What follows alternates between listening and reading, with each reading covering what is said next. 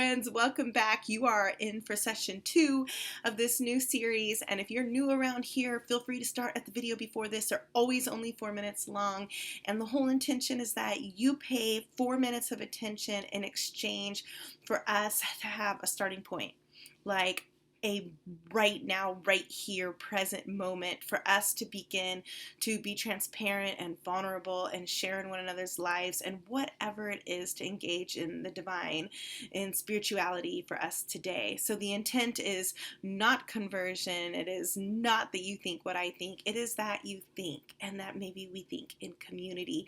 So finish watching this video. So what we're going to do is we're going to pick up where we left off last time we were talking about the book of Mark, and how the scene just kind of starts with this guy named Jesus, who's represented in a very human way, getting this like invitation and connection from God and starting on this new adventure. And it doesn't really tell any backstory. We don't know how this happened and like who he is.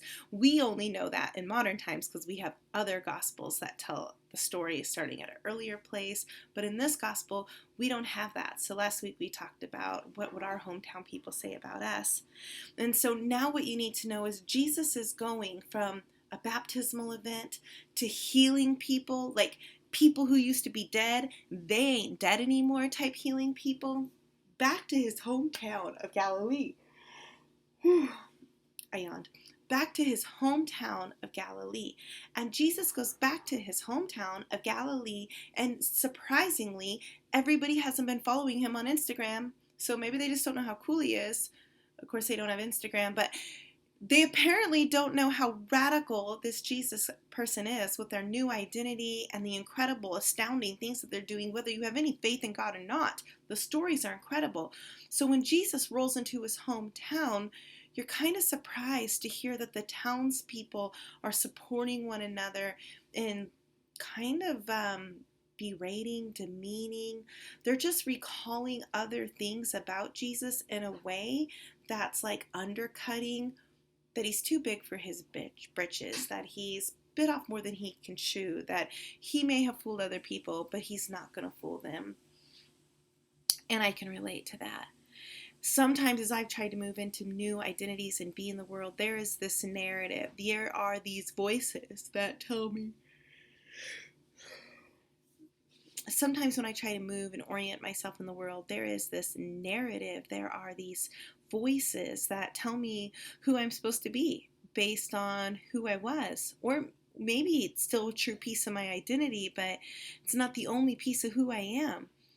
That's what I'm hoping to talk about in the text to talk. You see, Jesus can relate to what it feels like to be rejected, to feel not accepted. They start hurling insults at Jesus. They start telling him like, yeah, that's Mary's boy. And the reason why that's such an insult is because back then, young men were known by their lineage from their father. But because Jesus arrived on the scene by mysterious circumstances, because Mary wasn't married, if you know what I mean. This is a jab. Like, there's no honor to you. There's no dignity to you. We don't even know where you came from. Like, we've known you since you were a little tiny baby, and there's nothing about you that's exceptional.